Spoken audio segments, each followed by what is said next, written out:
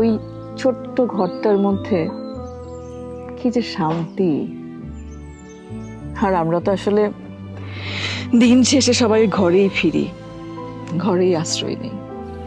বাহ, কি চমৎকার বললে তুমি। এই, তুমি কিন্তু চাইলে লেখক হতে পারতে। ধুর,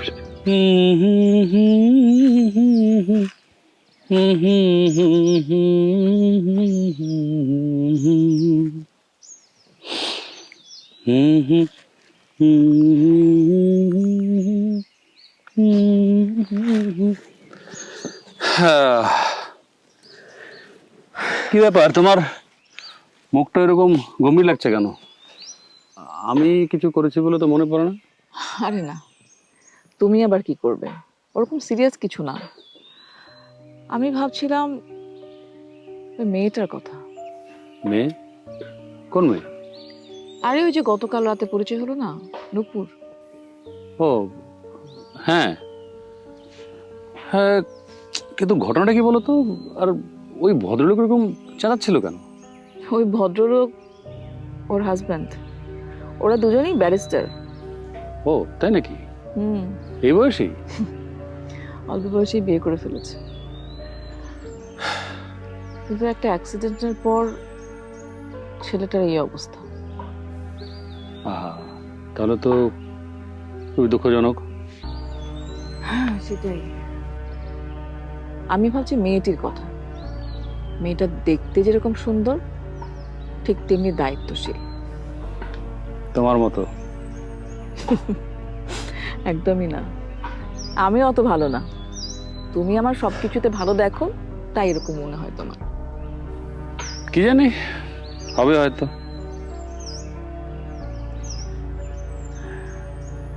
ঘুরতে এসে এরকম একটা গল্পের মুখোমুখি হব, এটা ভাবতেই পারিনি আমি।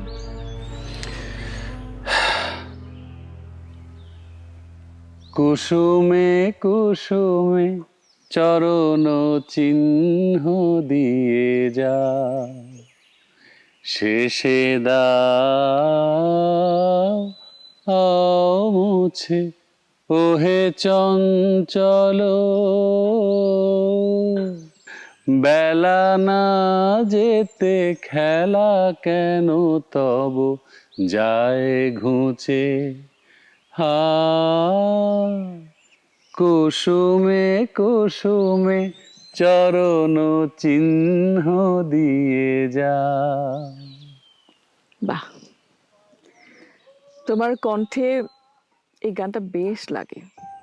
অবশ্য সব গানই ভালো লাগে, কিন্তু তারপর থাকে না কিছু কিছু গান খুব টানে। এটা সেরকম একটা গান। তাই? তা আর কি কি টানে তোমাকে?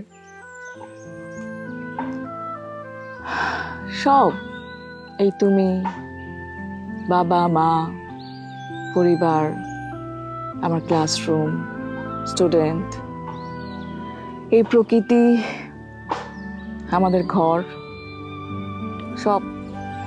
তবে সবচেয়ে বেশি টানে আমাদের ঘরটা। যদিও আমাদের সন্তান নেই, তারপরও ওই ছোট্ট ঘরটার মধ্যে কি যে শান্তি। আর আমরা তো আসলে দিন শেষে সবাই ঘরেই ফিরি, ঘরেই আশ্রয় নেই। বাহ, কি চমৎকার বললে তুমি। এই, তুমি কিন্তু চাইলে লেখক হতে পারতে। ধুর, না না, সিরিয়াসলি। আরে না, এখনো কিন্তু সময় ফুরিয়ে যায়নি, তুমি চেষ্টা করে দেখতে পারো। থাক গায়ক সাহেব, আমার আর লেখিকা হতে হবে না। চলো চলো উঠি তাহলে।